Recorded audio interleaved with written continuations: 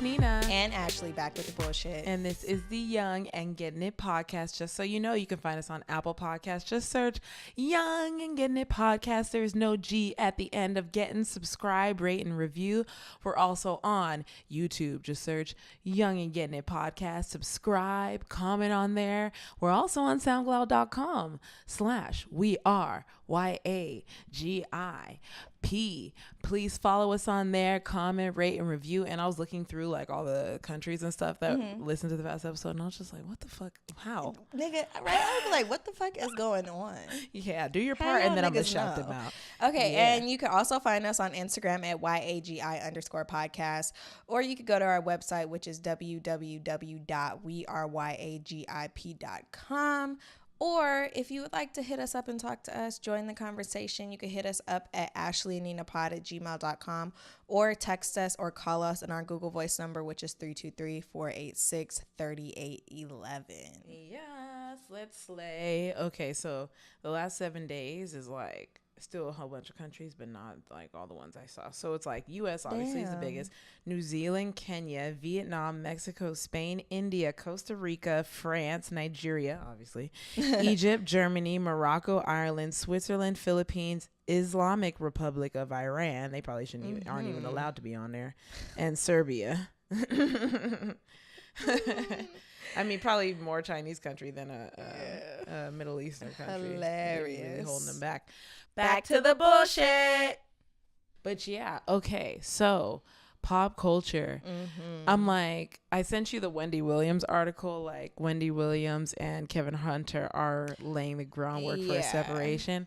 It's like, Wendy, you waited a really long time. Yeah. But at the same time, it's like, I get it. You don't know people's lives. And we wasn't all in her business because she wasn't putting her business out there. Right. And it's like, I mean, from years ago, Charlamagne has always never had anything good to say about her husband.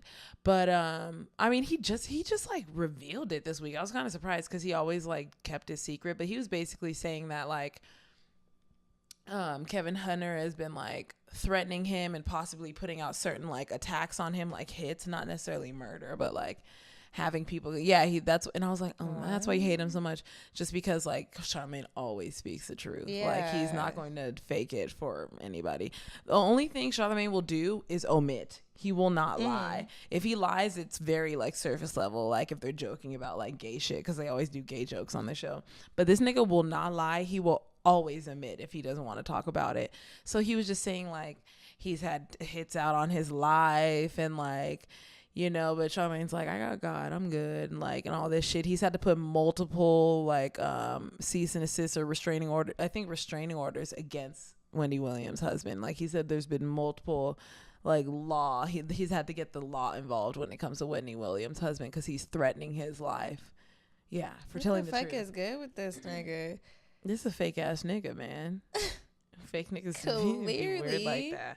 Yeah, and especially with the way he getting around. Yeah, it's like, nigga, he had a relationship with this woman for so long that she just delivered a baby, like, and it's like, Wendy. I mean, part of me feels like with some of the stuff that we heard about like how relationships go in Hollywood, I'm like, this can all just be an act. Like, they could have been doing their own thing, and it's just like, this is a story that got out, and it's just like she could be acting like, oh, I'm the victim, when it's like, nah, bitch, you knew. You probably got your own side, nigga. Like, right. Y'all been fucking other people. She might have had a whole reason as to why this whole situation was, because her husband's been with this mistress for like almost a decade. Like, there's no way that you didn't know that. This is really ooh, the ghetto. You know how they be like, ooh, the ghetto. Yeah. The Nene, it wasn't like Nene. But yeah, I mean, I really don't care that much about Wendy Williams. I don't. It's just, it's just weird how pop culture like pries into normal people's lives. That's just weird in general. People are obsessed with it. What else? Oh my God, did I send you the video of, I did, the boyfriend who like beat up his girlfriend because she was breaking up with him? I didn't get to watch it. Nigga, this nigga fired on her. Wait, did you send it to me on Instagram? I forgot where I sent it to you on. And her daddy came back and beat this nigga's ass. Good. Yeah, like Because he honestly did not beat this boy's ass as hard as he should have. He should have really dragged the fuck out this boy. How old was the little boy? Like 17 or something. Like that might be the reason why it's illegal. Why they videotape it? They shouldn't have videotaped it. I mean, it's only illegal in like certain instances. Because I remember one time I like called the police because some boys that came to my house. Yeah, for Brian, and the cop was telling my dad, he was like, just so you know, like if they're on your property and like they're causing you harm, you can do whatever you need to do to protect yourself. So it's like I guess it's like you have to be having harm caused by them, but you just can't be like, oh, I'm gonna beat this little nigga's ass. Yeah, I don't think that's acceptable. It was like his girlfriend was doing a prank, so she was videotaping it, and then she like just broke up with him, and he said something to her, and she was like, I mean, I don't care.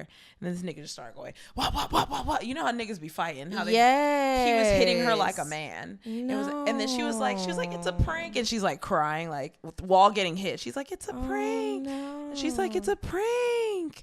She's like, I was just kidding. And he's like, man, why you play like that, girl? And someone had to come in and be like, you don't say sorry. And then it's like, you see this happening, and the girl, whoever else was in the house, was just like, y'all stop. And it's like, no, there's a nigga beating a woman. Even if that's your fucking brother, you need to beat his ass. Like, y'all stop. Like, nigga, what? She didn't even come in the room. She just yelled it. She like, stop. Honestly, she probably used to that shit then, because that's what it sounds like. Yeah, that's what it sounds like to me. Yeah, and then they both posted like, you know, young people accept terrible behavior. So he posted like, she good, she ain't even got no bruises on her. And then he was like, no, I'm pretty sure she fucking does. That sounds like but even if you don't, if you just got lucky enough to not have a bruise showing, does that not mean he didn't just beat your fucking ass? And like, how is it still not bad? It's definitely still fucking bad. That's so. And then the girl was like, "It's okay, I'm fine. I'm not even tripping." It's just like NBA YoungBoy and Jania, and she just had his baby like a couple months ago. Okay, because why was I just thinking about her? Because I had seen her on Instagram, and she was talking about how like when she was with him, she was like, yeah, like when I was with him and like people would come up and say hi to me, like I always say hi to the girls, but I wouldn't say hi to the boys. Like I would just straight up ignore them. And she was like, I'm not like that. Like, I'm usually a friendly person. But I realized that since it was because I was with him, I wasn't talking to people. And I was just like... Yeah, because this nigga's extremely insecure and he has herpes. Beat your ass. Right. Bitch, what? You're afraid of getting hit yes. again? Nigga. Of course you ain't talking to no nigga. I don't like NBA YoungBoy. Me either. I'm like, don't, and people like Angela Yee be interviewing him like he has a story, like he's been through some shit. How about you talk about his story and him being through some shit after he learns to stop fucking treating women like shit, and after getting some goddamn therapy for why he feels the way he feels about himself. Yeah. I mean, like, we'll have a whole discussion about this later, about the way black men feel about themselves, because that shit just drives me up a wall. Do you have any other pop culture stuff? I know. Okay, so it's not really pop culture. Okay, I was watching. What was I watching? It was like some like commercial. Oh, it came on while I was at my cousin's house. No, we were at the hotel the night before my grandma's funeral. We were at the hotel, and this commercial came on. And it was like, oh yeah, the disease might be Ebola, and like I was just like, why are they like, what's Ebola? So I looked it up. Yeah, do you know what that shit is? Yeah, the shit where you bleed out all your orifices. Why? I forgot. What it was. It's been a while because the fucking media just kind of forgot about it. Yeah, and like apparently like there's no vaccine to it. So like once you get Ebola, you die. Your body either fights it or you fucking die. Yeah. Some people died in America, like what, there was a year or two ago? Yeah, and I think it was about the outbreak that happened, and they were like, it might be Ebola. I need you to get back here. And like the commercial was all dramatic. And so I was like, why are they freaking out? And so then I looked it up, and like then I was like, oh, Ashley, you a dumb bitch. It's like that's how the media thinks. They make a huge like fear mongering. It's not like it's not real, but it's like they blow it up because it's like, oh my god, if you get it, you will bleed out of your nose and eyes and ears.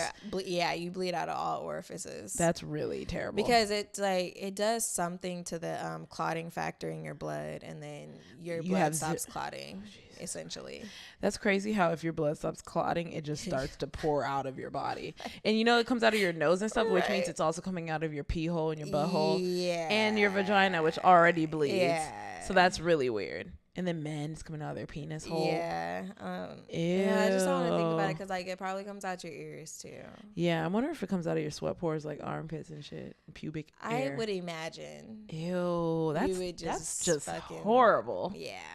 I God, honestly, I really be just walking around. I'd be like, God, it just always could have been worse. It could just always be fucking worse.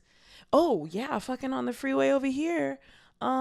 Yesterday. Oh, on the 60? What happened? I seen it was fucking stopped and there was 4 fire trucks. A fucking dude killed a fucking cop because he was driving drunk. He killed a motorcycle cop.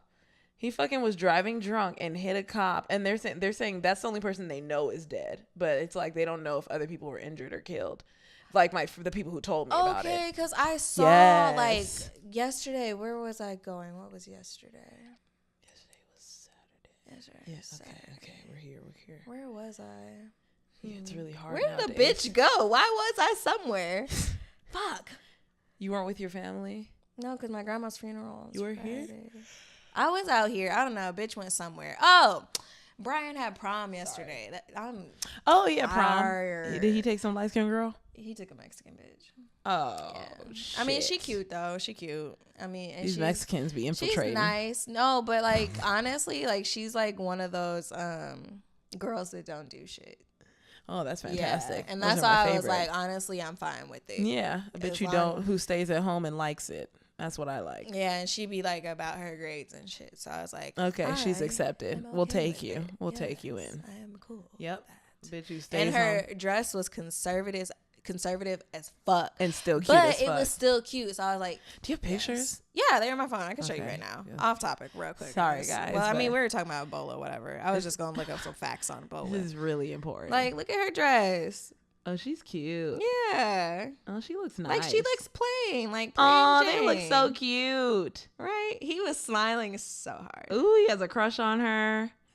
At least he likes a smart girl. Yeah, but she's a little cutie. Yeah, her dress is cute. Of course, this part, on her dress, how it's cut. Yeah, it has a little sheer thing. Yeah, that's why I was like, okay, I see. So she wasn't hoeing it out. Yeah, she didn't just have skin out. But I wasn't gonna try to be mean. There was a bitch there that was pregnant.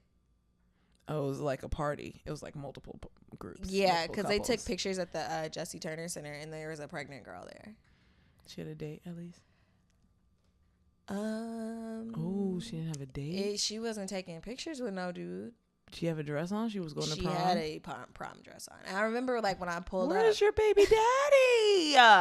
When I pulled up, I saw her, and I was like, "Damn, she fat. Why she got that tight ass dress on?" And then I get out the car and I see her, and I actually focused my eyes, and it was a pregnant stomach, and I was just like, "Oh," I was like, "I." Yeah. I was gonna say something, but I was like, this is just so ignorant. But it's this is just a personal thing. It's for me who just my view on life is so different. I'm like, why? This is so wrong to say. Why would you move forward with a pregnancy with no daddy? And they be like, because I'm a Christian, but I'm like, you got pregnant maybe though. Maybe he was coming later. Mm-hmm. But the thing is, the pregnant girl's guy is gonna come later. When in the party, I think she was getting on one of the party buses. I don't think you should do that when you're pregnant. It doesn't sound safe. Shit. But I don't think I ever saw her with a guy. She was just with this friend, this girl that was her friend. I'm never gonna tell women to not keep it. And Dion was there, and so because Gary's sister was going to prom, and so Dion gonna come over to me, and she's like, "Okay, hold up, I gotta talk shit real quick." She's like, "You see this pregnant bitch?" Oh my God. And I was like, girl, oh my God, my mom and I were just talking about her. Yeah, it would be different if her baby daddy was her date. Then we'd be like, oh, whatever. Shit fucked up. Yeah. But you're alone and pregnant. Yeah. And on prom. And what did I say to Dion? Because I was like, I don't know, she might be ashamed to be here still. And Dion was like, she has on a bright fucking red dress. She was like, she is not embarrassed. I wish you caught her in a picture. That would have been fucked up. I did not want to be shady. I'm not that person. Yeah. That's why as soon as I said it, I was like, that would have been fucked. The people that be in public and they just do that shit. She said, what's up with this pregnant bitch? That's hilarious. They're all taking pictures at the same place? Mm-hmm. At the Jesse Turner Center. Because it's like That's that a nice park area, that has yeah. like the water fountain and shit. Yeah, it's pretty. And the weather was good too. I want to read this to you. Oh, God. Because Oh, Lord. I didn't understand it when I was trying to read it. And I just want to know if you know what this means. Oh, Jesus. Okay. It's from Offset. All right. You probably saw it. No, I haven't seen it. You haven't? Good thing. Okay, all right. I just have an idea because I just told you about what Cardi B posted, and I was just irritated that she can't just spell it. How she can't spell? Okay. Spell, bitch. Ignorance is bliss, especially when you have money. Jesus. All right, here we go. Every bartender stripper with the dream... Stripper with the dream of getting out of the club. Is nothing wrong with that, but my wife helped guide your life to try to rap all you dumb ass people at home on couch tweeting suck my balls, not talking about established artists like the legends and the ones before Cardi. What's that mean? Let me see. Now let me see it. Now that I did that. You see how he spelled legends? This nigga spelled legends Legands. Isn't it Legends? Please tell me I'm not a dumbass too. No, he it's spelled wrong. it wrong. Cause I was like, wait a minute. And it's like two uneducated people got together. Yeah. At least that baby's gonna go to private school. She gonna be smarter than her parents. I pray to God. Because she gonna be like, damn, my parents speak broken ass English, and she gonna grow up and like one Spanish. of your parents is American. Yeah, like Spanish, New York, and Atlanta. Mm-hmm. And we all know Ebonics is a whole different language. And since Cardi B obviously does whatever her man wants, she moved to Atlanta and got the house, and so it's like her kid's gonna be raised in Atlanta. That kid's gonna be smart though. Yeah. Thank God, because Jesus. Because I was like, what? Jesus. Do this mean? Is it weird that I still don't think they're gonna stay together? No, I'm I like, don't think so. They're gonna break up in about 2-3 years. Yeah, like honestly, I don't know. Like I don't want to wish that on their relationship, but just like I'm not wishing. I'm just really good at guessing. But with the way that like their education levels work, I feel like that plays into like part of them staying together. You know, they don't know how to problem resolution. Yeah, conflict resolution. Like unless they end up on like couples therapy somehow, some way. She's too rich for that shit. Maybe they'll get better. Everyone on that show is relatively or not just get financially private therapy from Ayanla. Oh, oof, don't even get therapy from Ayanla. She ain't even certified. Did you see her put that nigga's head in a hole? Nigga, she... Ashley, I was screaming. I was screaming at the TV, and then when the read brought it up, I was like, "Yo, okay, so y'all feel the same way?" Because I was so nigga. What did she? I need to look it up. So she basically said, "Oh, you have a lot to say, but you don't want no one to hear it." So she made him go in the backyard, and they dug a hole together, and she's put his head, and he's like trying to just put his mouth over, and she's like, "No, put your head in the hole, and you could tell he's like. Damn, fuck. This dumbass bitch. I signed up to be on this dumbass fucking show. I'm gonna show you that shit. Doing shit. So stupid. Oh my God. On your own understanding, but honor God in all thy ways, and He. She used to smoke. I know she went through bankruptcy. I don't know if she did Her drugs. voice just sounds like she smoked. Like maybe like not even cigarettes. Yeah. I watched them. I observed them, you know. This was a good episode, though. At me. God ain't never gonna forgive me for what I did. Ooh, what he do? Get to have sex with his siblings. My sister. Oh, okay. This is that guy. Mm-hmm. Oh, I didn't know they were black. Mm-hmm. I don't know what.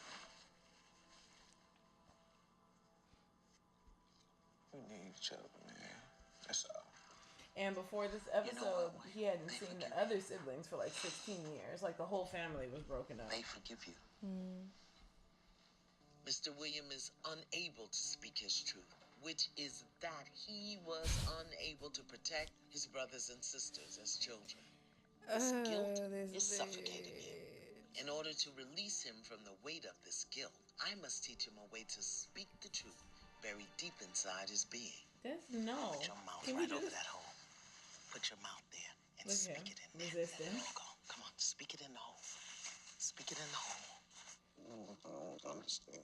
You don't have to understand. Lean not on your own understanding. Stop pushing my fucking But head. honor God in all thy ways, and he will This direct seems your like a path. form of torture. What if your healing depends on you speaking that craziness into that hole? What if? What if it's just that simple? But it's not. What if you don't have to hurt? What if you don't have to understand? What if you don't have to like it? What if you don't have to feel it? What if all you have to do is speak it into that hole? How much money Would you be does willing she to do make? that? She probably balling. Do it. Because she got put your on by head down. Oprah. Let your head That's go. how she got Come on. famous. Put your head on the earth. Put your head on the earth. See, don't Relax. put my head on the dirt. My forehead gonna break out. Let it go. I would wash my face so fast. Speak. Whisper. You don't have to say it out Now loud. I'm breathing in dirt. Yeah, there you go. Nah, not my nostrils near that dirt. He said one word and got up. He's like, Did you speak it? Yeah, bitch. So now, we're gonna bury it. What? I used to always, like, blame myself. I should have been a better brother and just... Following what lead when Yeah, the king you were had just starved. abdicated the throne. You didn't even know you was the crown Definitely prince. not your fault at all, bro. at all. Some of the hate that you have for those people Not was at not just for all. you. You hate it for your brothers and sisters too. And as the top of this line, you feel So responsible nasty. for They those would make them behind just be you. in a train. Maybe it wasn't so they for could eat Mom to be dinner. here today. Like, what Maybe you gotta satisfaction clean do up you the get from village that? That's first. fucking Help me disgusting. with your mom home. They're fucking pedophiles. And black kids never get justice. No. Okay, also, since we were talking about the spoiler for the Us movie last time, I was like, let me just try to pull out a couple more things. Okay, because I was talking to my friend about this. Yeah, like, and what's this, IGN.com, IGN Entertainment. I'm just going to, like, skim through it, but I just kind of liked a couple of things they said. So, the Tethered, which are the Reds people, it's doppelgangers that were abandoned in an experiment commissioned by some unknown group, maybe, and it's like the government, because, you know, as a way to see if the population above ground could be controlled by puppets below, but things did not go as planned. Big surprise for such an outlandish plan. You see, it ended up being the Tethered who were susceptible to being puppeted by their natural-born counterparts. The only exception to this dynamic that we know of are Adelaide and Red, because obviously he switched out. Flip-flop. And then... the Tethered, as imagined by Jordan Peele, draw deeply upon urban legends, speculative fiction, and xenophobic paranoia about the other. The Tethered may be products of government experiments in cloning, but they're also a homage to another urban legend.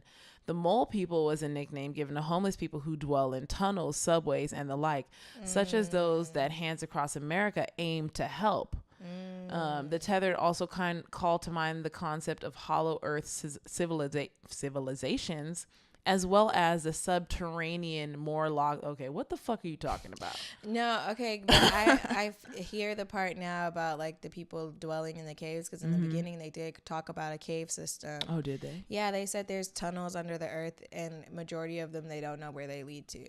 That was like the opening dialogue at the beginning of the movie. And you notice whenever they showed the underground, you never saw an ending. Yeah. The hallway just went. It looked like the same thing for forever. Yeah, that's horrifying. Right? I would not want to be walking around in there. It was too open and too many hallways. And it was just Can't people. do it. Like, and the thing is, there's no police, there's no nothing. So imagine how much of a savage you become just living. Right. And that's another thing. It's like when there's no, like, help. Look how savage people become because there's no guidance, you know. That also ties into some shit we're going to talk about later. But Hands Across America was an actual event that happened in 1986. It was inspired by celebrity activism, and this massive undertaking by the organization USA for Africa was meant to raise upwards of $100 million to fight homelessness and hunger by having 6 million people who would pledge $10 or more to participate from a coast-to-coast human chain holding hands from New York to Long Beach, California. Cool, right? Yes, but the event was kind of a bust. Yeah, it only like, raised. did they do it? Yeah, well, yeah, it raised $15 million, roughly the same amount it cost to do the event. So wow, they broke even, which is stupid, and was hampered by the fact that America is, home to deserts, mountains, and rivers. Kind of tough for millions of people to hold hands over hundreds of miles of such challenging topography. But at least Hands Across America left us with, something. This film, couldn't just do it figuratively. I know, right? Like I feel like that. What the fuck? They could have just made long chains and make it equidistant, but like break it up and stay on land. Yeah, They're fucking stupid. That's dumb. I guess it's because it's like it's not actually continuous if you do it that way. But it's Right. just like, Oh, true. my nigga, the Mississippi. What the fuck? Impossible. Yeah, y'all, that's the biggest fucking river. You can't do that. Like, it's not, no. And the film ends in a powerful shot of the tethered hands above ground, showing that the tethered were able to accomplish what their counterparts above ground couldn't. Red showed the world that if given the opportunity to succeed, anybody can rise to the occasion. And it's like the tethered represented like the poor and disenfranchised. And it's like, Yeah. you see all the like basketball players, football players, people who came from nothing, rappers, and even people who aren't celebrities, like lawyers, doctors, who came from nothing. They usually have shit stories. Like all the people I know that like became like doctors and lawyers, with the exception of a few, like a lot of them have shit stories, and they're like, I didn't want the same life that my family had. Yeah, like, and they probably like if their parents weren't the good like support system, they probably had like teachers and shit at school, coaches and shit that like gave them the inspiration that they needed. And I'm like, that's a huge point. It's like we forget about people just because they're poor and live in a shitty neighborhood. It's like, but babies are born into shitty neighborhoods. Does that just determine that they're shitty people? It's like, no, you should be helping them because they could be the next president. But, like Donald Trump said, only black people could live in neighborhoods like this. And it's like, no, we're forced because your fucking great-great-grandfather fucking was part of the people who took us, like what the fuck? IGN also says it really defies the idea beaten into the tether that they have no souls. They just haven't had a fair shot. And it reinforces the metaphor Jordan Peele spent so much of the movie discussing, that suppressing and forgetting about any group of people in our culture is to hold ourselves back, both in terms of growing our community and in terms of keeping our moral fabric strong. I'm like, yeah. We already talked about the Jeremiah 11:11, so it's like, no. That creepy ass shit. I don't have time. Oh, this is interesting. One Reddit user's intriguing, albeit problematic, theory suggests young Jason Wilson was also switched with a tethered clone early in his childhood. This theory claims the real Jason, living as the tethered named Pluto, actually did learn the magic trick, but his badly burned his face in the process. The theory also points out that Jason was digging tunnels while playing on the beach, not building sand castles as most kids might instead. And as the user says, Jason ultimately realized that his mother at one point had also switched bodies. She gives him a look like, I also know what you know. And then he puts on his mask, a symbol of the mask they now wear for the rest of their lives. And you know what? And remember how his sister said that he's just he has trouble paying attention, like he's just like a bit different? Maybe he didn't have autism. But how the fuck did she fucking fuck the father and then have two kids? That's the part where I'm like, how does that? Did she have to have that? She got became normal at one point. But it's like she. So she had a non-tethered child and a tethered child. But then the other one. But they're saying the other one's the real him. See, there's some. Unless she had the kids first, and then at some point the little boy got lured into switching somehow, like she did. Yeah, because that's what they're saying. Because there were many holes in that movie. Like, there's a lot to be left up to your imagination by the time you get done with it. They also talk about the rabbits, but yeah, their thing of the rabbits is like they're supposed to be cute on paper. They're adorable, loving animals. Have you ever gotten close to rabbits? Rabbits you can tell in their eyes they have the brain of like a sociopath. If you put a rabbit brain in a human body, you have Michael Myers, the killer. There's no empathy. Well, like, who thinks of that though? That's also a thing. Like, not. And they grow up around rabbits, so they might have just not learned empathy. I mean, they probably didn't learn empathy because they were trapped downstairs forever and everything was savage. Right. Like, I don't think it was just because of the rabbits. Right. That's kind of crazy. I want to hear more theories. I hope more people come out with more. Yeah, my friend was telling me to listen to like more like other podcasts because they have like their different takes on it as well. And just like how you were saying her voice was off because she never talked, and I was like, well, I thought it was because she got choked. Yeah. Like my friend, she had the same theory as like, well, she never talked and like it never interacted. But I'm like, she knew how to talk before, but like maybe it's because she wasn't doing it often, because none of the other ones could talk. I never realized that. Like they just literally made noises. Yeah. Like there was no like conversation. Yeah, and she was the only one that can speak. Mm-hmm. So I was like, yeah, I don't know. I think Jordan Peele did all this shit on purpose. Like he wanted us to do all this. Yeah, just like he did with Get Out. Yeah. Like that movie had us fucking thinking. And I remember when I saw it the second time, when I saw Get Out the second time, I noticed more stuff. So I'm like, I still am going to go see Us a second time because I still got to take my cousin. So I'm like, I'm going to see it again to see what I missed. Because apparently her snapping off beat was like the first giveaway sign that she was the tethered, because the tethered are always doing the imitation of what the real one is doing. So if you're doing an imitation, it's coming after. It's not exactly like at the same time. It's like a mirror. Like in the mirror, you low-key move slower than you do in real life. You just don't notice. You know? So it's just like her snapping off beat was one of the signs that she was already different. Because every black person was like, bitch, you're not snapping on the 2 and the 4. What's going on? And then remember who snapped with her? Her son. Mm-hmm. And he was right with her. Yes, off beat. Oh my God. Yeah. Weird. Yep. So them niggas may have been switched. Oh snap. All right. Good time for commercial. Yeah. Cool. Hey everyone, interrupting the conversation very briefly to bring you guys a business that I feel like will be very important in our near future, since Black activism is on the rise, you know, and we need this representation out here. So I bring to you guys this business that I found, and it is called Appolition.us. So what this application is for people that cannot afford to make their bail. So the message at the bottom of their website states, defendants are 9 times more likely to plead guilty to misdemeanors due to the inability to post bail, putting them at risk for losing their homes, jobs, and ultimately making them unable to defend themselves. In the spirit of community bail funds, we offer Appolition, a platform where users opt in to automate the savings of their daily spare change to help pay bail for those who cannot afford it. And so this application is primarily aimed at the African American community, but I'm pretty sure that it can be used for everybody else. And if you stand for the Black Lives Movement, I guess you would want to add in too. So the way this application works is you link it to your bank account, you spend like normal, and it deducts the spare change out of your account and puts it into the Appolition fund. So it's much like how Acorns works, but in this instance, you're doing something for others than just for yourself and your personal savings. So it's good to be able to give back without even having to think about it, because this will definitely help people that you won't even know that you're helping, and you'll be doing it just by going out and making your everyday purchases.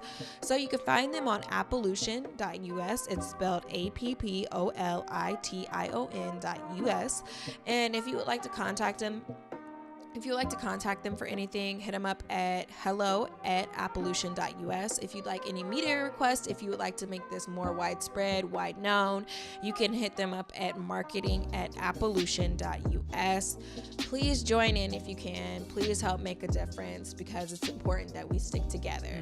All right, guys, back to our regularly scheduled program.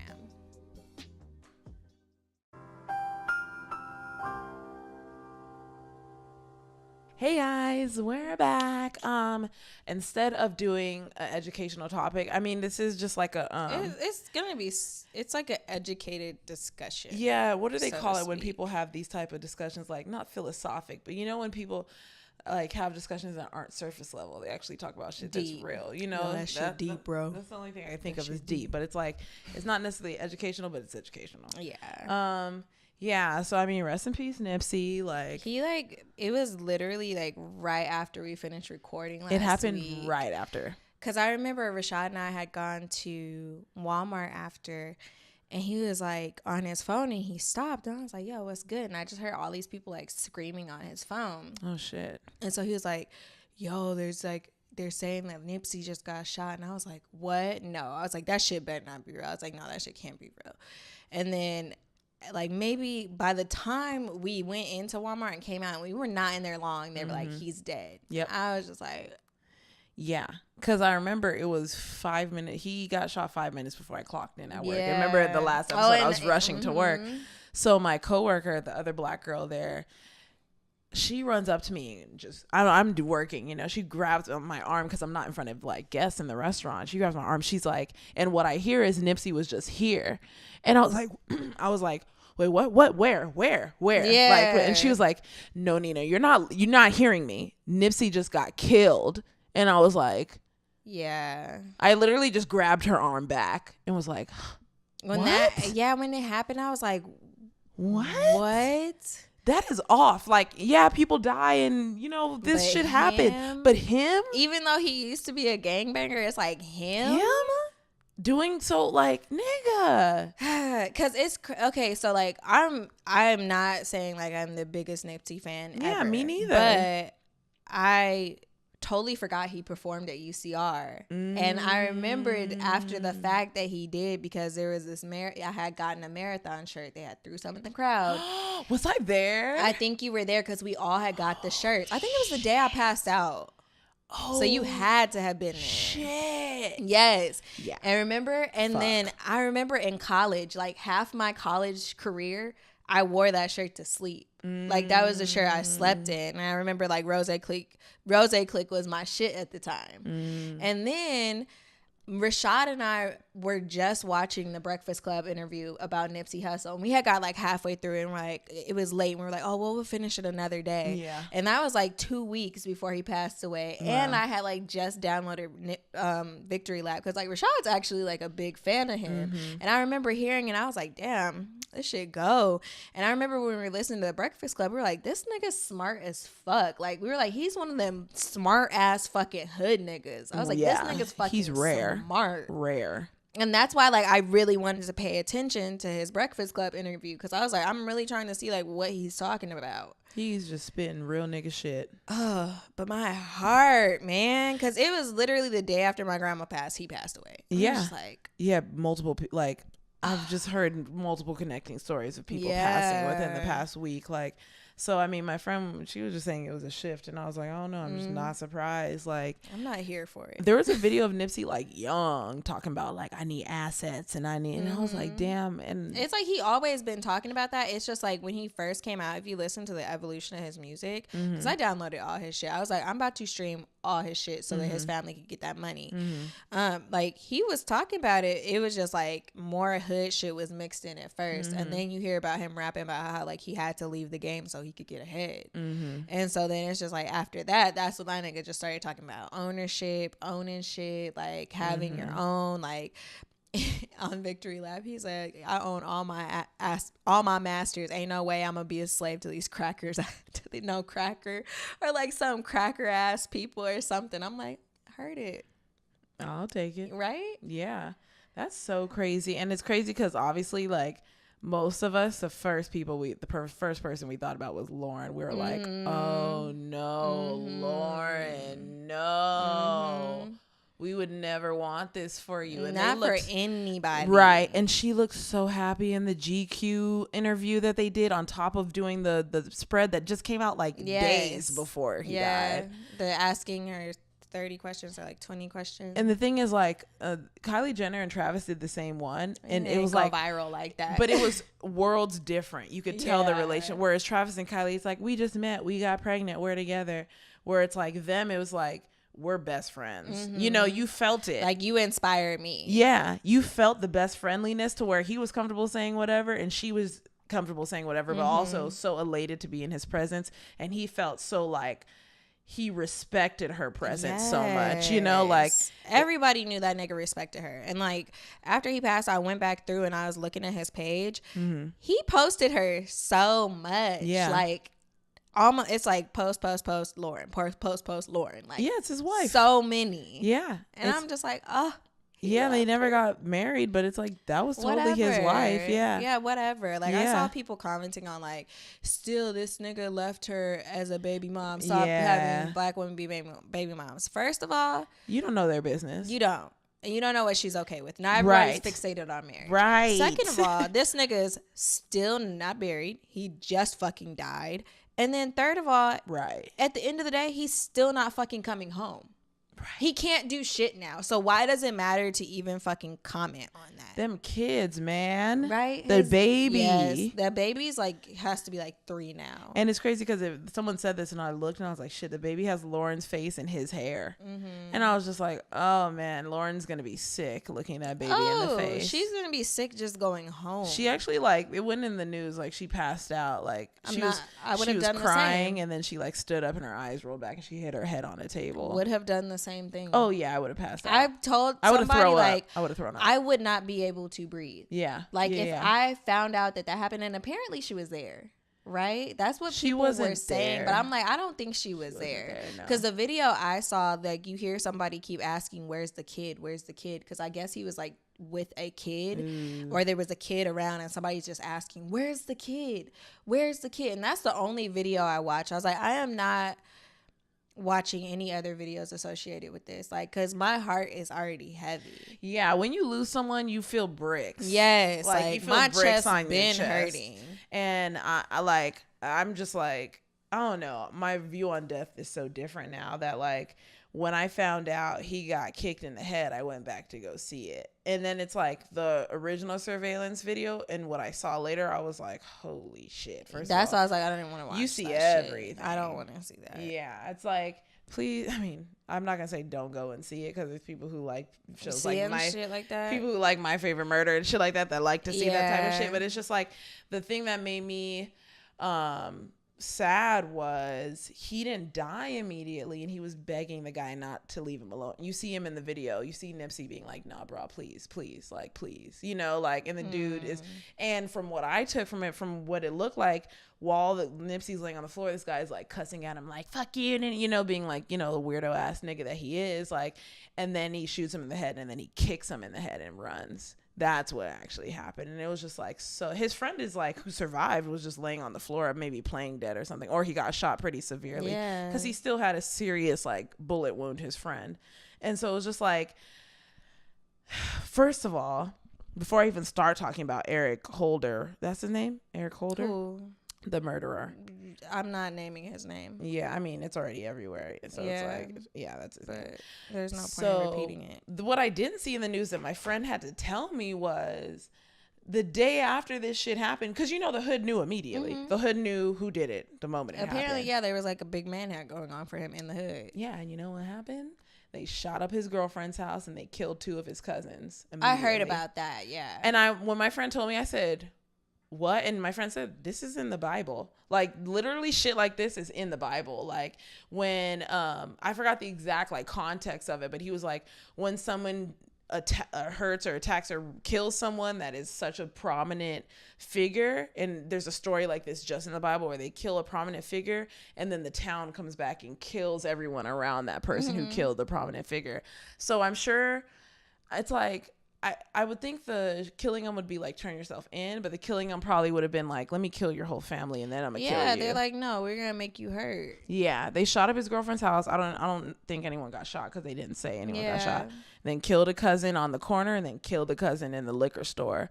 So they were literally like, show your face or we're gonna keep killing your family. Because so Shaw was saying like, it doesn't make sense how he got caught so early. I mean, yes, it does. Like he couldn't run. He didn't get caught. Didn't he turn himself in? He turned himself in. Yeah, that's what I mean. Like he's saying it didn't make sense for that to happen so fast. But I'm like, no, he knew what was good. His like life. There were too many people that were going to get him. Yes. And he's probably like, it's better for me to go to the police. Yeah. Than to go. He went to a mental institution so he can plead insanity, I'm sure. That's because he's not a smart man, so he just went with what he could go with. And apparently, didn't he like just get out of jail weeks prior? Oh yeah, like did 2 weeks prior. I did hear that. It's just like that's just the first thing is him, you know, but then him and then everyone on Twitter being like, Bellflower, he should have seen. And everyone who's not from California was like, hey, can you guys help me understand why everyone's freaking out over Bellflower? Like everybody was like, hey guys, we're not from here. Can you, it was a ton of posts like, hey somebody, what's the Bellflower thing? And people were having to go on maps and screenshot. This nigga took a $10 Uber ride. Yes. That's how far he got after killing someone so prominent. Yeah. And everyone's like, and then people from different states were like, oh, it's like going from the Bronx to Manhattan or something. Like people were doing, they were like, oh, like what the fuck, you know? And then it was all the Soulja Boy Bellflower.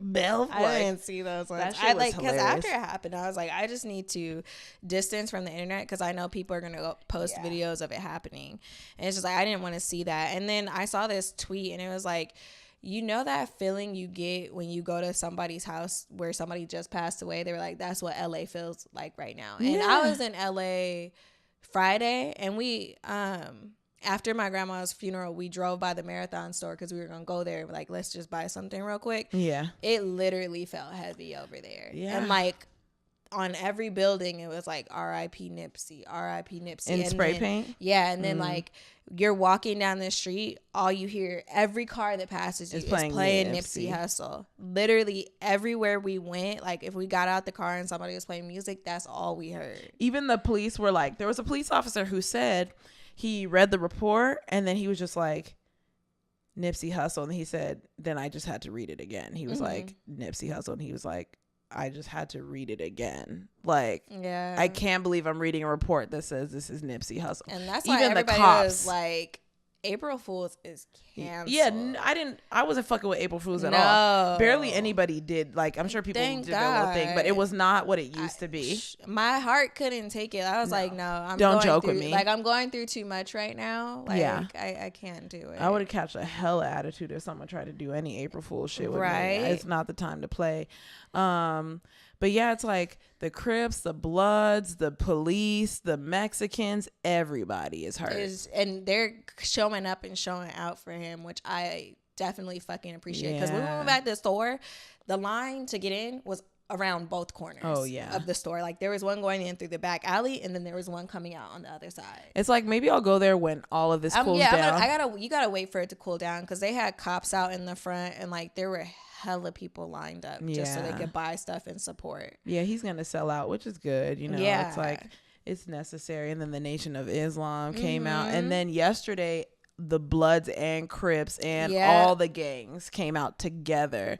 And I was like, that actually was one of my points, because I saw someone post this and it was like, imagine if gangs went back to what they were originally made for. They were really for protection against the cops. That's all that they were. White people and people who don't know shit about black culture have no idea that gangs were supposed to be good things, but our mentality was destroyed because of drugs. They introduced drugs. I love Karen Kilgariff and Georgia Hardstark. They know, and they just said that on a recent episode. They were talking about the crack epidemic. They're like, well, if the government didn't put it in the black community, I'm like, thank you, white women who understand what's really going on and understand that black people are treated differently. It's like, oh my God, that's why I love them. On top of them having a great podcast, it's like, They're real woke. Supporter. They woke as fuck. Because you give a fuck. Yeah. Like, I'm not going to sit here and be mad at you for not being an activist and not doing the walk and not doing it. Nigga, at least you are aware and you're taking your podcast, which is more white listeners than black for sure. Yeah. And you're saying shit like that. And multiple times on multiple episodes saying this happened because they're black. This happened because they're black. Or this got attention because it was a blonde white girl. Right. Oh my gosh. They really do a great job of like calling people out for that. Yeah. But like on the topic of like how the Bloods and Crips came together and formed like a treaty, like, and I reposted and I was like, I pray this is real and I hope that this remains real. Like, we started talking about the black community, like, what can we do to like improve ourselves and stay improved? Like, what is the solution to us and gang violence? Like, how do we get a handle on that? That's step one right there. It's just, the thing is that whoever was able to bring the power together to where all these gangs were able to go out was one of them, and not like, but I mean, he killed people, ended up getting electrocuted. Oh yeah, he was executed. Like one of the he was, but he was like the original. Yeah, it's just like, if whoever, you see that these gangs came together and no one got shot. It's like whoever brought that power, even if it's Nipsey, it's like there were people in between making it happen. It's like, you guys need to talk to these gang members and make it a thing where it's like, you guys need to stop killing each other. We need to stop killing each other. Because that's what it is all the time. Every time it's over some dumb shit. But the thing that sucks is it's also over like drugs and you're in my area and you're in my territory. You're in my territory. Like, okay, just watch what's that shit? It's the story of like with Pablo Escobar, but it's not his story. It's like the cartel in Mexico and how like all the weed dealers formed like an organization and they started working together instead of like working separately and killing each other. They just all came up with something that worked for everybody and then they all worked together to do their drug dealing. Like, let's just do that if you're gonna deal drugs, because like are people realistically ever going to stop dealing drugs? No. We just have to find a way to do it so that people don't fucking die over it. Because like a lot of the time people get shot up, it's because of drugs, even dealing guns, which that shit needs to be fucking handled. Like if we have more gun control, like who's to say if that situation would have gone any different? Because like when New Zealand had that shooting of that mosque, like they shut that shit weeks down ago, they had gun control laws within hours in place. And look at us over here. We have Los Angeles is like one of the highest murder capitals, and I read an article where they're saying the rate of killings was just going down. Like, it was at 14 a week. And they said that was low. That's a high ass number for other places. Like I understand Los Angeles is big, but 14 murders a week. That's a lot of deaths. What are we doing? So times 14 times 4. What is that shit? I'm not good at math. Let me see. 14 times 4. That's 56. 56 killings in a month.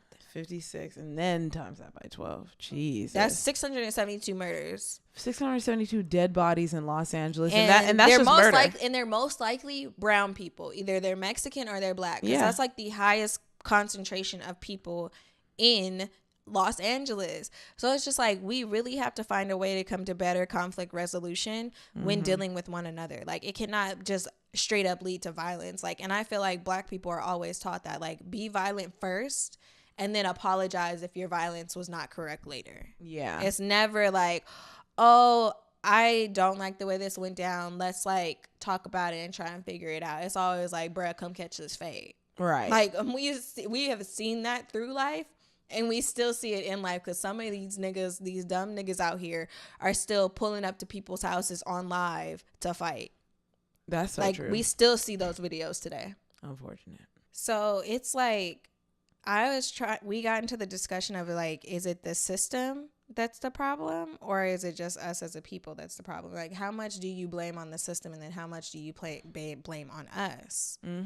And it's funny because I had this discussion with a friend who's also black, and he blames us.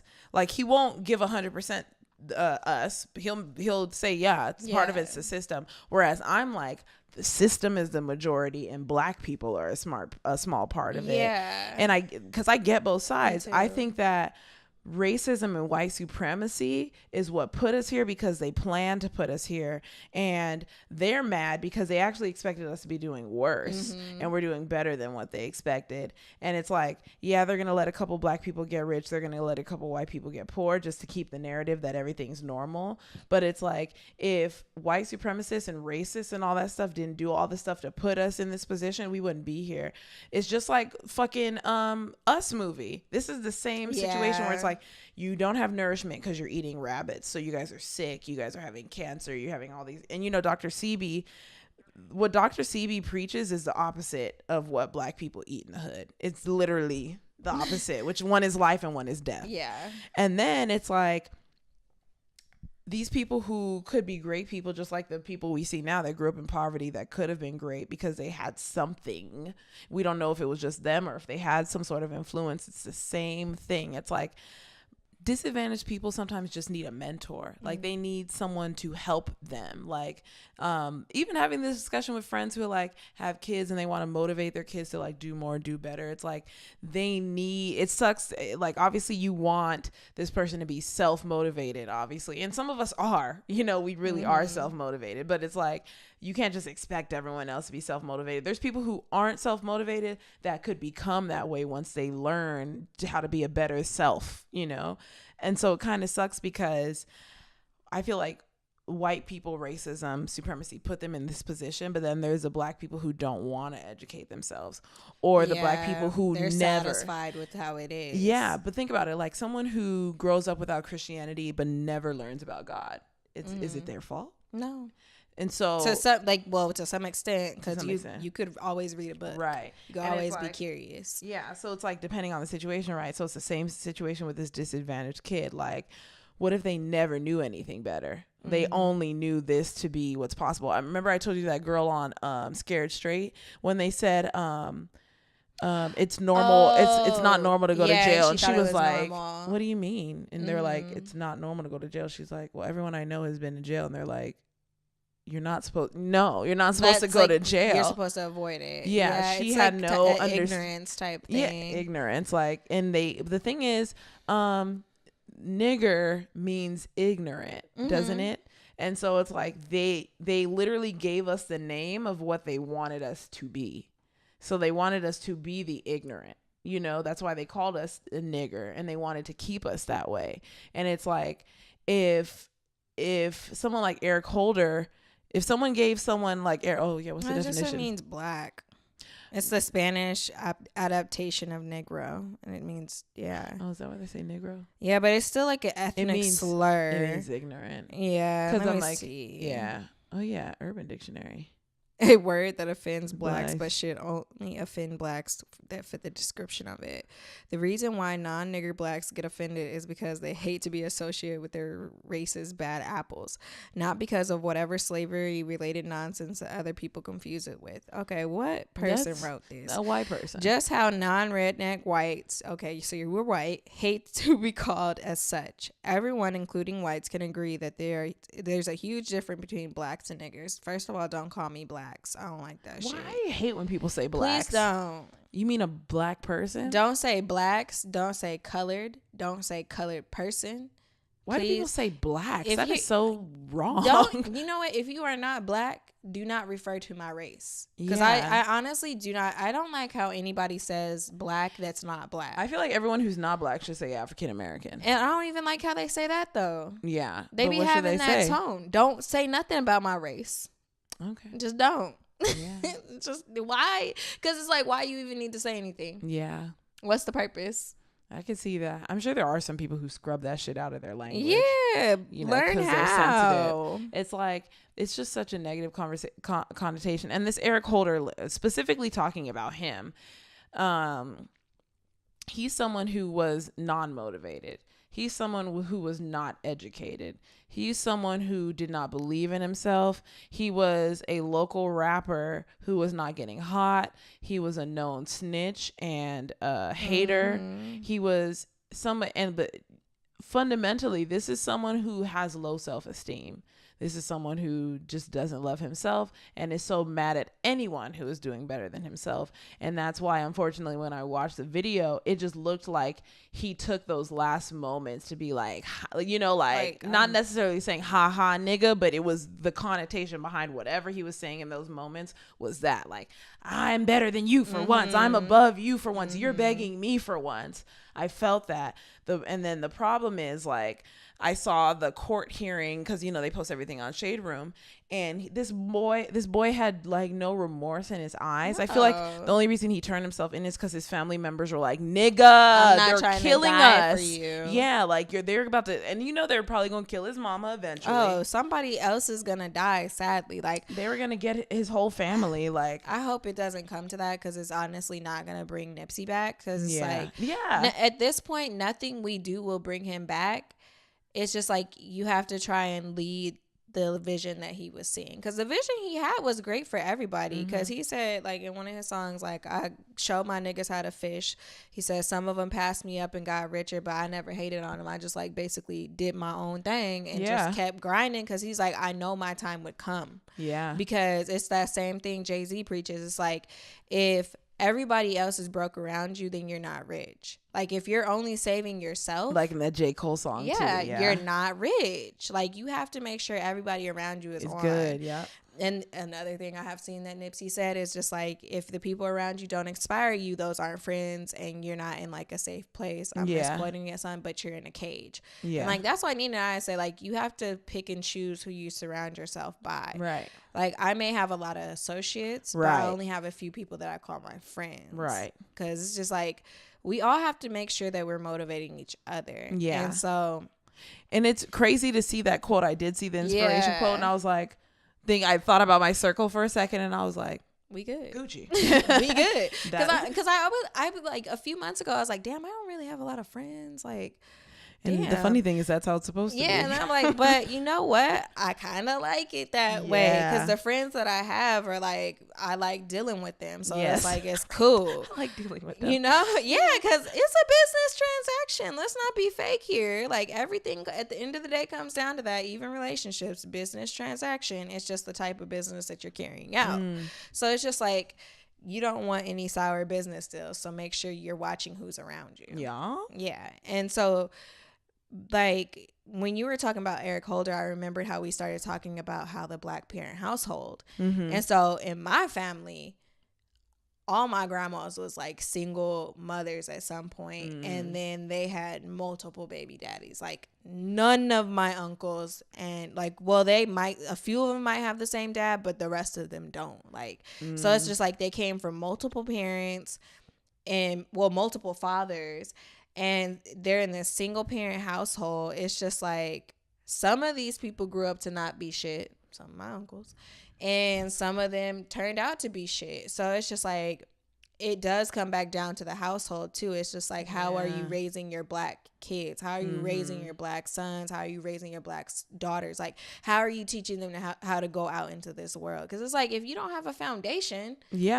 ain't shit about to really pop off for you, unless you are some miraculous, dedicated individual that just has that God put something in you. Yeah. You have to be anointed at this point. Yeah. And freaking, I listened to an episode of Brilliant Idiots, and this guy named Wayno was on there, and he said, like, Black boys grow up watching Black men disrespect and not love their Black mothers. So then why would they grow up and then turn around and love a Black woman? You know, and I was like, yeah, there are Black men who turn around and love Black women. Yeah. But I didn't like that shit. I have definitely seen cases where Black men like are super in love with their mom, and I'm never gonna let no nigga fuck with my mom, and they treat women like shit. And it's because it's like, all they care about is protecting their mom. They don't actually give a fuck about women. Like, they just are just like, I don't want my mother. It's just that it's biased. Yeah, I just want my mother to not get hurt. Their love is biased. Yeah, so it's just, it's the upbringing where it's like, this guy, he probably grew up in an upbringing where no one made him finish his homework.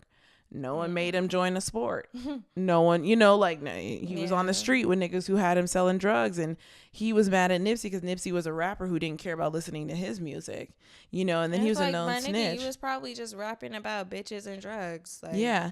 And he probably sucked. And it's like, and you can't be mad. Like, it's crazy.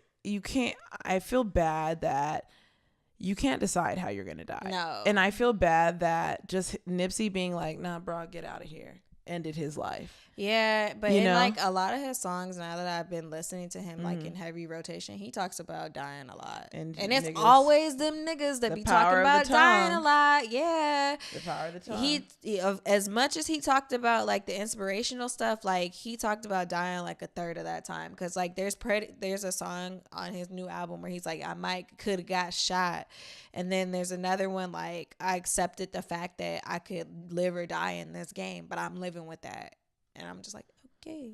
And that brings chills. Yeah. Like, it just sucks being him in that moment, realizing like, this is it. Like, this is how I go. Like, him over this pussy ass dude that I asked to leave my store. Yeah. That's it. He was chilling outside the store, leaning on his car, and I was like, nigga, you are a celebrity.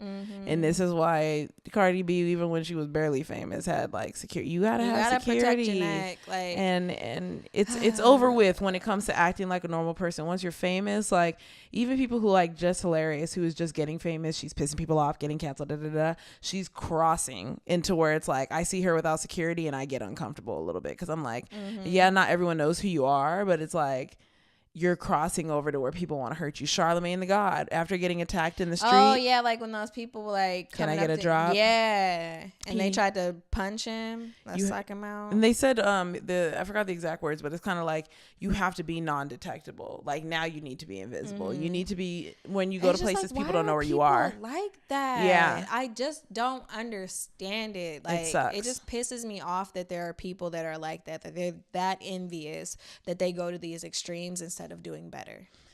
In his hearing, Eric did not look remorseful. He actually looked more like surprised, like, oh my God, like I'm really famous. Like a lot That's of people. why I'm like, I'm not trying to like talk about this nigga. Yeah, I don't want to give him any more notoriety. He just kept like looking out to the side, and I was like, that has to be where all the cameras are. Like he just, the whole shit was happening up there, and he was just like, he doesn't care. Like no remorse. He's in solitary, so he's like, I ain't finna die. But it's like, shit. You forget that somebody gonna get you. Y'all forget that COs aren't always the best people. No. And in good and bad ways. So I'm like, what a CO is going to do is find a way to get some prisoners to your cell. That's what the fuck they're going to do. Once all this is said and done and they find out who was all a part of it, because they let the driver, the girl, they let her go because she said she had no idea. But I'm like, this nigga's breathing hard. People like, because my friend was like, but he had a gun. I was he like, would have had niggas blood splatter on him. I mean, it depends. But yeah, I would think so too. Yeah, it all depends, because he was really close when he shot them, you know. So it's like, and it looks like he actually like walked away and then like came back, and it's like, I wish he just walked away, came back, because it might have been life and death, the choice, you know, like decision. But he just was just empty of like, and I was just like, this just looks like the dumb nigga like that he is. He didn't even just try to square up and fight because he knew he was gonna get his ass whooped. That's the thing about guns. It's like a pussy thing. It's different if a nigga pulls a gun on you and you pull a gun on him. This nigga's chilling on his car talking about bullshit with his friends. You walk up with a gun and just start shooting because this nigga told you, get out of my store, get out of my store that I own. I was just watching American Horror Story, and like in one of the beginning episodes, this dude gets embarrassed, and he's walking out of like the city council hearing he had gone to, and like he whispers something under his breath, and the guy's like, what'd you say? And this is after he embarrassed the fuck out of him, right? And the guy turns around, he's like, there's nothing more dangerous than an embarrassed man. And he turns around and he leaves. Ooh. So like I was like, oh. Ooh, you want to make some phone calls. That is the truth, because a man's pride and his ego. That toxic masculinity. That will make a whole bunch of shit go down different once it's broken. I don't know. I'm just like, I'm trying to pray heavily because like LA feels heavy. Like, yeah, I haven't felt it safe. Just don't feel right. I don't remember where the point happened. I don't know if it was when Donald Trump became president, but there was a point where I just stopped feeling as safe as I typically did. Yeah. When you realize the different things, bullshit that people can do, you know? Oh, yeah. Like I was just telling you, like I've been more and more anxious lately, like just going out in public places, because it's like you could get blown up any second. You can get shot any second. Like that is not a fear that I want to have when I'm going out just trying to go to the grocery store. We live close to Vegas in California. We've been to Vegas like 20-30 times. We live close to that terrorist attack that happened in San Bernardino, and that was at a fucking school. And then I'm walking through the mall with my ex-boyfriend, and he says hi to a dude, and we walk off, and he's like, that's one of the girls who died's brother. And I'm like, shit. Fuck. Like what? It's just when that shit hits close to home, like it hits different. Like the fact that he died on a corner that I've driven past before, and it's like right down the street from my grandmother's house, like I don't like it. It's sad. But I brought up Vegas just because it's like we go there so many times and that nigga comes and fucking shoots 500 people. And it's that could have easily been a weekend we could have been there. Easily. I was going the next weekend. I had plans to go, and I said, let's cut all plans. Like, but then we went like a month before. No, we went a month before, and we stayed in Mandalay Bay. Oh yeah. Yes, and then after that's when the was shooting in Mandalay happened. Bay shooting out the window. It's like when shit is that close to home. It's just and so many things. It's just so many things. Like always so close to home. Stress. That's why I'm like, I just gotta pray. I just want to stay home. I'm about to buy Simply Safe. Like that's gonna be our commercial break next week. But I'm just gonna plug it this week. Like I'm getting Simply Safe when I get my apartment. You can put it on every window, every door, and you can have shit monitoring your house on your phone. All the time. You can answer your doorbell without being at your door. door, which is like, yes, we needs that. I need that. I need to not be home and be able to be like, who the fuck at my door? Right. Because then you can see who's just peeping, because people peep your house and shit like that. Yeah, people will check your house out. Like, so unrelated, but I was listening to My Favorite Murder, and this family was staying in this rinky-dink hotel, and they had a peeping Tom incident one year, but then they went back and stayed there again, and like they looked at the peephole and it was the next time around. And it was turned around back. Fuck yeah. So that the person could look in. That's so disgusting. Yeah. So he has a clear view watching you guys, and they said like it was like multiple rooms had the shit turned around. I think like they said like 8 rooms or something had the shit. Yeah, it was turned around. That's horrifying. Or just like the stories on that same show podcast where it's like they open a blind and there's someone like right there. That is horrifying. Yes. Bitch, I'd be really like, damn, do I need a gun? Because Nigga, I don't know if a taser is going to do shit for me. Can I get security? Yeah.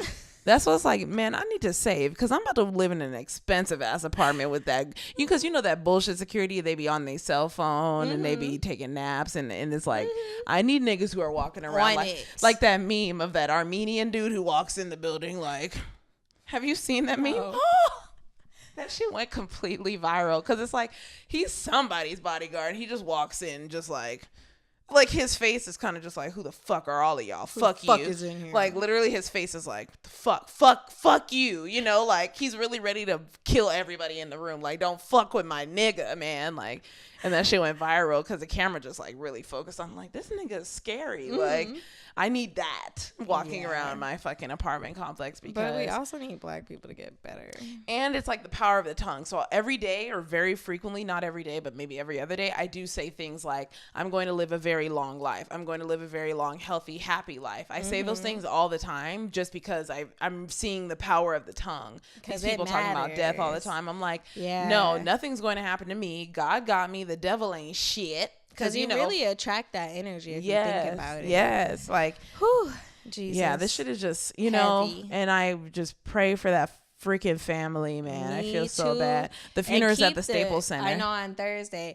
Keep the fucking album on repeat, y'all, because he definitely owned the masters to all his shit. He gets paid for it. So all that money will go to his family. And I've been checking the charts to make sure people are like actually doing what they say they are. And his entire album is at the top of iTunes charts. So I'm like, yes. Like when I'm not on my computer, I just play that shit. Yeah. I'll just leave it here, turn it down, play it all day. Yeah. Because that's what needs to happen for him. And it's like, especially like people like me and the turning it down, because it's hard to listen to that shit. It's emotional. Heart breaks every single time. I walked into a bar 2 days ago and all they were playing with Nipsey, and I was just like, and isn't this like the first celebrity where it's like, I can really cry about this? Like, this is the first celebrity death where I'm like, I'm hurt. Shit. He was trying to help Eric Holders. He was trying to help the very man who killed him. That's crazy. Yeah. And this boy, so this is the thing. He knew how unintelligent these men were, which is why he was trying to educate them. And then one of the unintelligent ones slipped through and took him. Yeah. You know, he didn't take him. You know, he was just he was the person who ended his life, unfortunately. Yeah, he was the bridge to the end of his life. Yeah. He didn't take shit. You know, so it's that's why it's like, it's so, people who if you plug your phone in at night, if you don't, it's a different story. But if you plug your phone in at night, put Nipsey on, put it on low, and then go to sleep. I did that just so, because we're paying his family. You probably only pay if you got a student account on Apple Music. And nobody cares if you weren't a fan before. Be a fan now. Yeah. Because you still help. That's what I'm saying. I barely listened to his music before because, I barely listen to music. I listen to podcasts. But still, like, this is going to pay for his kids. And it's like, I know they're rich and she's new and it don't matter. They lost a parent. This little boy is not even going to remember his father. There's going to be emptiness their entire lives. Yeah, like, that little girl. We can do is give them money. Remember, she was a grown baby. He had a daughter. Was like 8. She's like 8. And it's like, yeah, Lauren's probably like, you feel mom with her and you have your real mom, but it's like, no, she was probably there. Like, the issues kids go. It's like, in all honesty, I would have rather gone through death at my age now than as a kid. Yeah, because you don't fucking understand the shit. Yeah, no. And plus, when you're older, you have more time with the person. When you're fucking 8. Like, damn, you know, like you're just gonna be lost, and then it's like all the therapy that's needed, and I feel that's so what I bad. was saying. I pray they go to therapy. They have to. You could tell Lauren was like, I found my soulmate, Yeah. you know. So it's like, fuck. Yeah. And all these disrespectful people just doing stupid shit on the internet just really bothers me. But yeah, like rest in peace, Nip. This is a good time for a look at God. Do you have one? Yeah. Look at God. Like my grandma's like service was beautiful as fuck. Like I saw stained glass windows for like the first time in real life. I don't know. Oh, really? I had never seen them, or I just didn't remember seeing them. Yeah. Because now I think about it, I think there's some at Shaw's Church, but like the hall that they had it in, it was like called the I don't remember. It's at that big ass cemetery in LA. I'm sure y'all know which one I'm talking about. Yeah. It's like in the middle of Inglewood. But I think it's called Inglewood Park Cemetery. But they had like beautiful like stained glass windows and shit. Like, and it was very beautiful. They did like a very beautiful slideshow for my grandmother.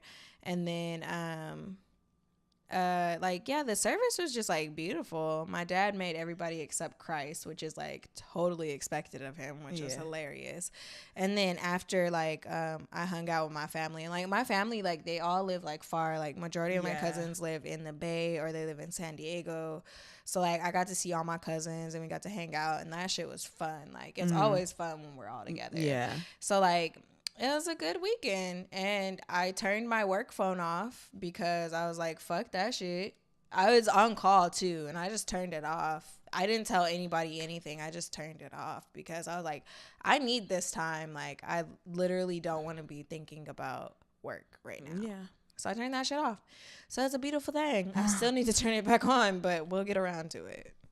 Emoji. Yep.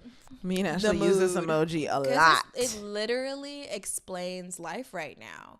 Oh, and then like another thing, like I just like be realizing every week how blessed I am. Like it's beautiful. Like even though like depression makes you feel like everything is horrible, like when you have those split seconds when like you're able to like get out of the mindset, you're like, damn, a bitch is popping.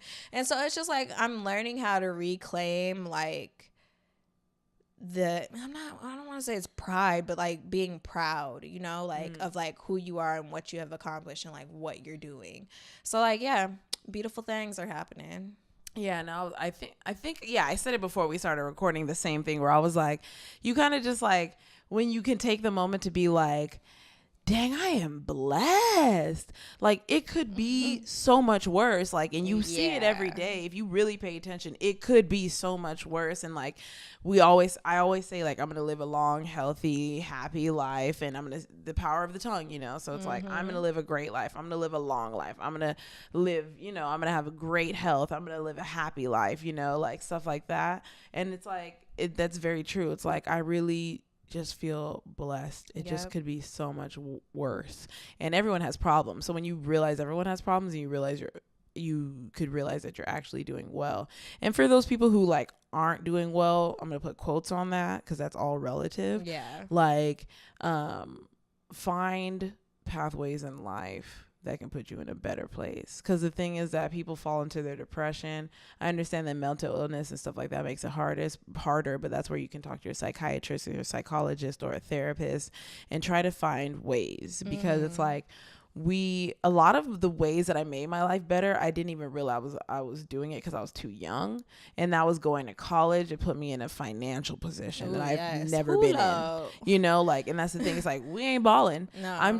I remember having $7 period in my bank account in college. So it's like, thank God, you know, like I am doing well. Like I remember when I started serving for the first time as a waitress, and it was like, oh my God, I made $100, you know? Hand. Yeah. And it's like, this is $100 to anybody is at our age is like, okay. But it's like, wow, you know, like gonna go far. It made a big difference. So it's like, if you feel like you're not blessed, find ways to be blessed, or just look around and really think about how you were blessed and not think about how it could have been worse. Just think about how you've been blessed. So think about how it could be better. Like your thoughts drive a lot of how your life is led. So just think about how things can be better. Like, because if you think about where you were like a year ago and where you are now, it could be better or it could be worse. But it depends on like the mindset that you have. Are you gonna let it stay like this, or are you gonna let it get better than this moment here? Right. Because everybody says everything is temporary. I don't believe that everything is temporary. It's just that some things are temporary, and some things can become permanent if you make them that way. Yeah.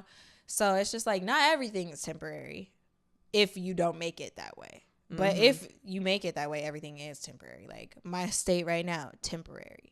Is it going to get better? Yeah, because I know what it is. Like there is no bone in my body that has any doubt against that. And this is just how life goes. Good things happen, bad things happen, good things happen. So it's just like now that I have that understanding, I'm just like when bad things happen, I'm like, it's just regular course of life. We're just going. Exactly. And I think that one thing that I do is try to find ways that I can work on myself, and that ties into me being like, find ways to make your life better. So I'll say like, what are qualities in myself that are not up to par? It's like, so it's like, okay, what else could I do to be more humble? What else could I do to not catch an attitude? Like, like what, I'm trying to think of other stuff. What else can I do to stop spending money? Yes. Like what else and I've already, and these things that I talk about, I've already worked on, but how can I get better? So when it comes to not spending money, it's like still shop at Fashion Nova. I probably will never, because I kind of look at that website as when I was broke, you gave me clothes. And now that I have money, I can buy double. Like that's just like that. It's like it's sacred to me. I finally bought something off a Pretty Little Thing, so we'll see how that shit goes. Is the shit. Yeah, let's see how their clothes. See how that dress comes when it comes in. Because if it's flat, I'm gonna be like, oh man. That's all it took. I took like bought one thing from them on ASOS. I was like, oh, I'm a whole new bitch now. Yeah.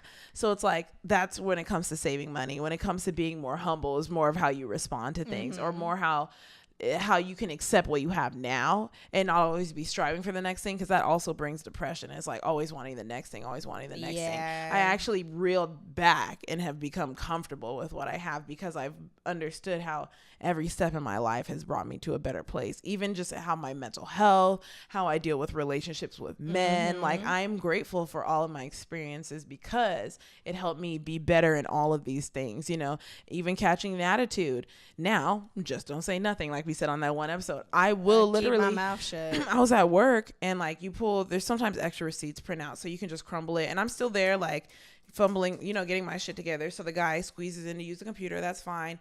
But then he like takes the stuff I had and throws it in the trash. He's like, there's a trash can right there. And it's like, in my head, I'm like, little does he know I'm still standing here only because I'm about to throw this away once I put my paper in my book. But he wanted to be smart and just went ahead. And so I said nothing and just kept going. And it's like, I could have had that whole explanation to him, like, I don't waste my air. And my coworker sent me a rude message at work. And instead of me snapping, I just went over and I was like, your email was really rude. And he was like, oh, well, I know I can run it. And when people do that, I'm like, people be pussy in real life. Them emails be coming off real people strong. Be pussy in real life. So I, like, when he said his whole explanation, I really was like, no. And then I just walked to my that's all I did. I said, because I was just like, he's lying. In my head, it's like, you're lying. You could be a boss nigga and just fed, because ain't nobody gonna approach me and I'm gonna back down. It just won't happen. No. The only person who's gonna approach me and back down is someone who's like a super superior, because you need to keep your job. But and that rarely happens. So it's like, other than that, nah, I'm gonna keep it real. So I just went over and I'll talk to someone else instead of being like because he was really, I was like, oh boy, you tried it and you suck at your job, so right? People be, and you reminded me, people talk crazy to me at work all the time, and I'm just like, okay, all right. Glad you wasted your energy, because I'm not. That's really us, like, okay, honey. Like, there's times to pop off and there's times to not. Yeah. And then, like, a look at God, I forgot. I just had the first car rental of my car. Oh, like, yeah. I'm skeptical. Like, I get my bitch back on Tuesday, but I'm like, it's more money than what I had. Right, so, like, we're going to accept that. Like, I'm trying to see if I like the process, because it was kind of like a lot, because I had to drop my car off and then I was without a car until I got back to my other one. So it's just like, we gotta work out like all the logistics of it. I wish it was like the bird scooter where someone comes to get your car. Yeah, just come get this bitch. I think I'm gonna change it because I had my things where like I would drop it off. I'm gonna change it. Like, no, if you want it, you gotta come get it. But you want people to know where you live, or you probably just pull them to the shopping center. I would take it to a park and ride, and then unlock it for them from my phone. Like because it's easier that way. That's actually much smarter and much safer. But my only other look at God is like, oh my God, I got hired as a summer school teacher substitute still, and my certification finally went through, which is great. The reason why this is great, not just because like, oh, I'm gonna be a substitute, that's a normal thing, is because for my teaching certification program, that was a huge prerequisite. So instead of taking classes during the fall semester, I'll become a full-time teacher during the fall semester. Hopefully in biology, I'm gonna take my test in about 4 weeks. So I gotta study that shit. You'll be fine. Yeah. You'll be fine. I just saw that and I was like, oh, we doing real biology. So we doing science. Oh, we doing real science. Okay. I think I gotta be in this class. Like, so I mean that's good. It's just that I can make more money. And it's not money to spend. It's literally me being like, so I need to save that. Yep. I have a goal of like how much you need to make per month. And then I have a goal of like, once you reach this date, how much cash you need to have, So it's like just trying to reach those. I was looking over like some goals that I had written down for 2019, like before it, like maybe right when we got into 2019, I looked at it and like I had already almost reached one of them. Oh yeah. And like, I wasn't even thinking about it. Yeah. Like at all. I wasn't even thinking about it. And I looked and I was just like, okay, bitch. Yeah. And so you know what I did? I changed it. I made it harder. Yeah. Because I was like, oh, you almost there. And we only 4 months in? Yeah. Nah, bitch. Let's make it harder. Yeah. Grind harder. Save harder. Yeah. Like, fuck that. Yeah. Be broke. It's nice. It's so nice broke to have money and be broke, because when these emergencies come, nigga, you're like, oh, what? Okay. So, emergency over? All right. This is the point. Like, this is literally the point behind all of this shit. Every week I'm like, I ain't got no goddamn money that I can spend. What you talking about? I am fucking poor. And then when they're like, oh, you know, I've had my car for a while, so they're like, you do need 4 new tires. I'm like, oh, okay. I ain't buying it from y'all. Dealership trying to charge me goddamn $1,100 for 4. No. You better fuck out of here, nigga. Like, fortunately, I think my Mercedes is covered because I added that shit. Oh, so it's like a kind of like a prepay for lower. They do my brakes and my tires. Hook a bitch. Oh. Yeah, because I'm like, oh, we need tires? Okay. I remember the last time I had to do that for my Volkswagen. They were like, yeah, you need 3 new tires and an alignment. And I was just like, what? Damn. Like, why y'all gotta rub my pockets like that? Why you gotta do me like? I went to the dealership like, man, I'm about to spend money. They're like, actually, you don't need anything done. You just need tires. I was like, oh, so I can take my car right now? They were like, yeah. Don't you be so happy? Hopped in the shit, drove to work. I was about to take their little bus to my job. I was like, oh, I'm taking my car. Shit. Okay. Them tires will get changed when I'm ready. All right. Because you know how they be trying to change it a little early. Like, as long as they not bald. Yeah, as long as I ain't slipping. Like, we straight. It don't even rain out here like that. But just so you know, you can find us on Apple Podcasts. Just search Young and Gettin Podcast. There's no G at the end of Gettin. Subscribe, rate, and review. We're also on SoundCloud.com/YAGIP.